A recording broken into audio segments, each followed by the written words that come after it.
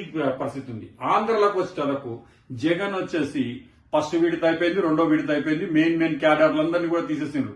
Intelligent report ప్రకారం ఆయన survey చేసుకునే ప్రకారము ఆయన ఏం చెయ్యాలి, ఎవరెవరు గెలుస్తారు ఏంటిది అనేది సర్వే ప్రకారం ఆయన వేసే పథకాలు, జగన్ ఇచ్చే పథకాలు మళ్ళా పోతాయేమో మళ్ళా రావేమో అని ప్రజలు అనుకోవడము. ఎందుకంటే అన్ని పథకాలు పెట్టడము జరిగింది. అక్కడ కూడా ఫ్రీ బస్ పెడితే ఎలా ఉంటది ఎలా ఉండదు అని కూడా అక్కడ కూడా సర్వే చేయించుకుని అన్ని చేయించుకుని కానీ బయట పడతలేడు జగన్, వైఎస్ జగన్. ఆయన ఉండేది అక్కడ ఉంటాడు. నిన్న వచ్చి రాజకీయ చర్చలు జరపడం జరిగింది. కేసీఆర్ గారి ఇంటికి వచ్చి, మాజీ ముఖ్యమంత్రి ఇంటికి వచ్చి, కేసీఆర్ ఇంటికి వైఎస్ జగన్ గారు వచ్చి చర్చలు జరిగినాయి. ఏమని, మాది ఇట్లా ఎందుకయింది, ఇట్లా కావడానికి కారణం ఏంది, మీరు ఏమేమి లోపాలున్నాయి, నువ్వు ఏ లోపాలు నువ్వు సరి చేసుకుంటే నువ్వు ఎట్లా గెలుస్తావు ఏంటిది అని కేసీఆర్ దగ్గర సలహాలు తీసుకోవడం జరిగిందని పబ్లిక్ కుసగుసలు బీఆర్ఎస్ వాళ్ళు. అంటే ఇక్కడ ఈ వాతావరణం ఇలా ఉంది. అక్కడ తీరా చూస్తే అక్కడ కాంగ్రెస్ పార్టీలో అప్పటికి జగన్ అన్నాడు, నాకు నా కుటుంబ సభ్యులలోనే గొడవలు పెడతారు, నాకు ఎన్నో మాయమాటలు చెప్తారు, బెంజి కారు ఇస్తారు, ఇంకా ఎన్నో చెప్తారని ఇలా చెప్పుకుని వస్తున్నాడు జగన్ కూడా. అంటే ఇక్కడ జరిగేది ఏంటంటే అక్కడ పరిస్థితి ఇప్పుడు వైఎస్ షర్మిల కాంగ్రెస్ పార్టీలో జాయిన్ కావడం జరిగింది. ఇప్పుడు వైఎస్ కాంగ్రెస్ పార్టీ నుండి అక్కడికి ఇన్ఛార్జ్ చేయడం జరుగుతుంది ఆంధ్రలో. అక్కడ ఆంధ్రలో ఏం చేస్తారు, ఇక్కడ సీట్లు దొరకని వాళ్ళందరూ, వైసీపీలో సీట్లు దొరకని వాళ్ళందరూ, టీడీపీలో సీట్లు దొరకని వాళ్ళందరూ, అలాగే పోతే జనసేనలో సీట్లు దొరకని వాళ్ళందరూ కూడా కాంగ్రెస్ పార్టీకి రావడం జరుగుతుంది. మళ్ళా కాంగ్రెస్ పార్టీ అక్కడ గెలవడమా లేదా సీట్లు సంపాదించుకోవడమా అనేది అక్కడ క్లారిటీ జరుగుతుంది. గెలవదని ప్రభుత్వం వస్తుందంటే మనం చెప్పలేము. ఆడ పబ్లిక్ టాక్ ఎలా ఉంటుందో, ఎలా వేస్తే బాగుంటుందో, ఏం చేస్తే బాగుంటుందో, ప్రజల నాడి ఎలా ఉంటుందో, ఇప్పుడు బీసీలు, ఎస్సీ, ఎస్టీ, బీసీ మైనార్టీలందరూ కూడా ఎవరికి అనుకూలంగా ఉన్నారో ఇవన్నీ కూడా చూడాలి, గమనించి. ప్రజలందరూ కూడా గమనిస్తున్నారు అసలు ఎవరిని గెలిపిస్తే బాగుంటది, ఎవరైతే ఎలా బాగుంటది అని చూడడం జరుగుతుంది. ఒక్కొక్కరు నానా రకాలు చెప్తున్నారు. ఒకళ్ళు అదంటే ఇదంటారు, ఇదంటే అదంటారు.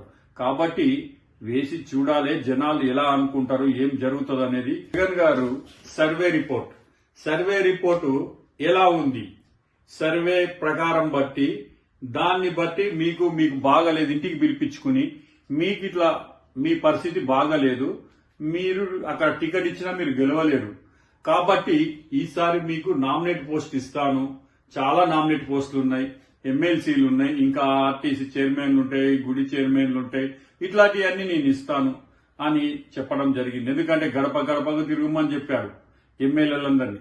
తిరిగిన కొంతమంది తిరిగారు, కొంతమంది తిరగలేదు, వాళ్ళకు కూడా ఇబ్బందిగా ఉందని కొంతమంది ఆగడం జరిగింది. ఇవన్నీ కూడా ఆయన సర్వే చేసుకున్న రిపోర్ట్లో గెలుస్తారా గెలవరా అనేది రిపోర్ట్లలో వచ్చింది కాబట్టి దాని ప్రకారం జరిగింది. అలాగే ఇప్పుడు విజయవాడకు వచ్చేటకు విష్ణు గారు కానివ్వండి, అలాగే పోతే గుడివారి నుండి కొరాల నాని కానివ్వండి, ఇట్లా వల్లభనేని కానివ్వండి, ఇలాంటి మెయిన్ తలకాయలన్నీ కూడా లేపడం జరిగింది. రోజా గాని ఇంకా కొంతమంది డిసైడ్ కాలేదు. వీళ్ళందరికీ కూడా ఏం చేస్తారు, వీళ్ళకి నామినేట్ పోస్ట్ ఇచ్చి మినిస్టర్లు కూడా ఇవ్వచ్చు.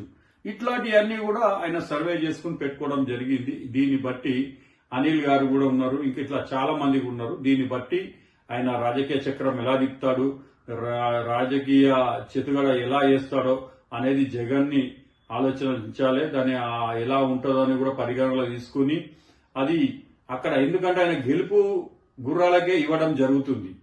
అంటే వాళ్ళు గెలుస్తారు అనే నమ్మకము అనేది జగన్ కున్నది. అంటే టీడీపీ వాళ్ళు కూడా మేము గెలుస్తాం, ఎందుకంటే ఇప్పుడు పాదయాత్ర కూడా బాగా సక్సెస్ అయింది. ఎవరిది, మన చంద్రబాబు గారి, నారా లోకేష్ గారిది. అయితే చంద్రబాబు నాయుడు గారు కూడా చాలా సర్వేలు చేయించుకున్నారు, పీకే వాళ్ళతో చేయించుకున్నాడు. ఇప్పుడు కూడా ఆయన కూడా చాలా పగడ్బందీగా ఆయన కూడా వ్యవహారాలు నడిపిస్తూ ఎక్కడెక్కడ జనసేన వాళ్ళకి ఇస్తే గెలుస్తారు, ఎక్కడెక్కడ మన టీడీపీ వాళ్ళు ఇస్తే ఎక్కడ గెలుస్తారు, ఆకలి మీద ఉన్నారు కాబట్టి ఈసారి కంపల్సరీ గెలవాలి అని వాళ్ళు కూడా పట్టుదలతోటి ఉన్నారు. ఎలా ఉంటుందో అనేది చూడాలి. వాళ్ళ పథకాలు గ్యారంటీలు ఉన్నాయి, వీళ్ళ గ్యారంటీలు ఉన్నాయి. మరి వాళ్ళు కూడా పబ్లిక్ నమ్ముతుందా నమ్మదా, మరి పబ్లిక్ ఇచ్చే పథకాలన్నీ ఎలా ఉంటాయి అన్ని కూడా చూడాలి ఎట్లా ఉంటాయి ఏంది అనేది. ఎందుకంటే ఇక్కడ బీఆర్ఎస్ పార్టీ ఒకసారి పట్టం కట్టిండ్రు, రెండోసారి పట్టం కట్టిండ్రు, మూడోసారి ఉడగొట్టిండ్రు.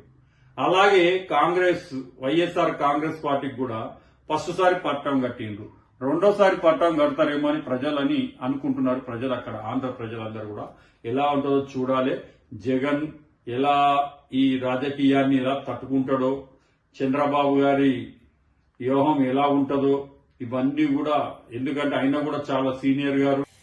మీ అందరూ పీకే న్యూస్ ఛానల్ ని సబ్స్క్రైబ్ చేయండి. Thank you. చంద్రబాబు నాయుడు గారు ఎందుకంటే ఉమ్మడి ఆంధ్రప్రదేశ్ లో ముఖ్యమంత్రిగా, తిరుగులేని ముఖ్యమంత్రిగా ఆయన గెలవడం జరిగింది. ఇవన్నీ కూడా పరిగణనలో తీసుకుని ఎలా ఉంటది, ఎలా రాజకీయ చదరంగం ఎలా ఆడతాడు, రాజకీయంగా ఎలా ఓటర్ని మలుచుకుంటాడు అనేది కూడా చూడాలి. ఎందుకంటే ఇప్పుడు బీఆర్ఎస్ పార్టీ క్యాడర్ బీఆర్ఎస్ పార్టీకి ఉంటది, కాంగ్రెస్ క్యాడర్ కాంగ్రెస్ కు ఉంటది, సిపిఐ క్యాడర్ సిపిఐకి ఉంటది, సిపిఎం క్యాడర్ సిపిఎం కు ఉంటది, బహుజన్ సమాజ్ క్యాడర్ బహుజన్ సమాజ్ కు ఉంటది. ఇట్లనే ఆంధ్రలో కూడా టీడీపీ క్యాడర్ టీడీపీకి ఉంటది, అలాగే వైసీపీ క్యాడర్ వైసీపీకి ఉంటది, ఇట్లా సిపిఐ క్యాడర్ సిపిఐకి ఉంటది, సిపిఎం క్యాడర్ సిపిఎం కు ఉంటది. అలాగే పోతేమో ఇక ఇప్పుడు కాంగ్రెస్ పార్టీ ఉంది. ఇప్పుడు కాంగ్రెస్ పార్టీ వాళ్ళు పోలవరానికి జాతీయ హోదా ఇస్తామని, అలాగే పోతేమో వాళ్ళు హామీలు కూడా చాలా ఉన్నాయి. ఈ మొత్తం హామీలో కూడా ఎంత మంచి హామీలు ఉన్నాయి. ఈ హామీలను బట్టి కాంగ్రెస్ కు ఇస్తారా పట్టం, టీడీపీకి ఇస్తారా పట్టం, వైసీపీకి ఇస్తారా పట్టం అనేది చూడాలి వేసి. ఎందుకంటే ఈ కటిక చలిలో ఈ కటిక వేడిని లేపుతున్న ఆంధ్ర రాజకీయాలు. జై భీమ్.